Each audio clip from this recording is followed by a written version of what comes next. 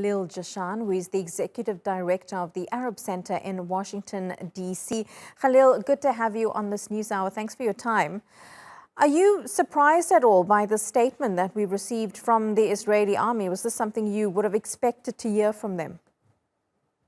I did, frankly. I mean, considering the amount of pressure put on Israel by the international community, as you stated, the different, the 7 investigations, including by the United Nations, journalists all over the world, NGOs weighed in, governments weighed in, including even the U.S. Government.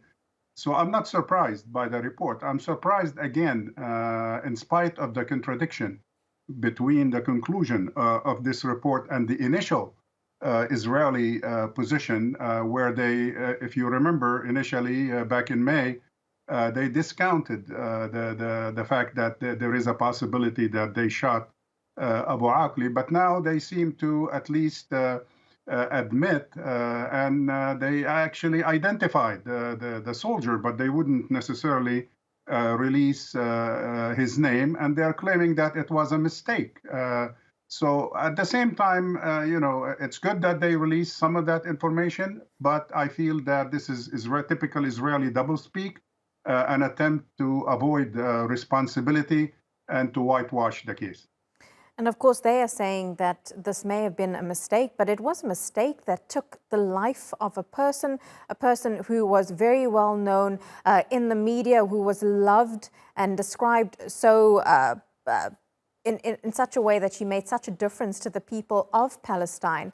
Her family, of course, still in mourning and very upset about the statement from Israel. Do you think there's any further action that Shireen Abu Akleh's family can take to try and get some justice for her death? Definitely. I fully sympathize with the family in terms of their statement. They issued a statement immediately after the official Israeli statement came out, insisting that on their earlier demand that there should be, as a minimum, a thorough, independent, and credible U.S. investigation that leads to accountability. They insist that the U.S. government, with Shireen holding U.S. citizenship in addition to her Palestinian citizenship, that the U.S. at a minimum should investigate this also, simply to pressure Israel to kind of whitewash the case with a report like this, even though the report agrees with the conclusions reached by the U.S.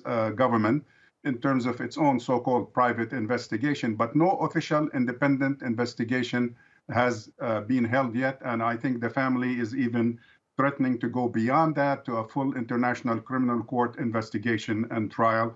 And I think they should pursue that.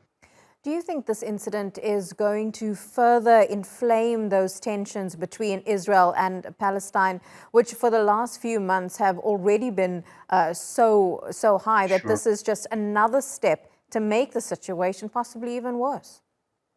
As you correctly indicated, the tensions have been very high in the region. People have expressed their worry and concern, whether here in Washington or in Tel Aviv or in European capitals. The tension is very high, and the situation could easily deteriorate into wide open violence. There are clashes and killings almost on a daily basis in the West Bank, and the report is apt to increase that tension and possibly to lead to further confrontation because nothing has been resolved. This is, as I said, again, it's a whitewash. It's an attempt to escape responsibility by the Israeli government, particularly their conclusion that they will not prosecute anybody, even though the facts do not make sense. I mean, this soldier they're trying to claim couldn't see well because he was inside the car. At the same time, they admit that the armored car he was in, he was using, and I'm using their language, a telescopic scope. Telescopic scope can certainly see the detail of a person at 1,000 or even several thousand feet away or yards away, and including if that person was wearing a helmet and a vest that indicates clearly that they are press. Khalil Jahshan, really appreciate you speaking to us and your take on this live to us there from the U.S. Capitol. Thank you.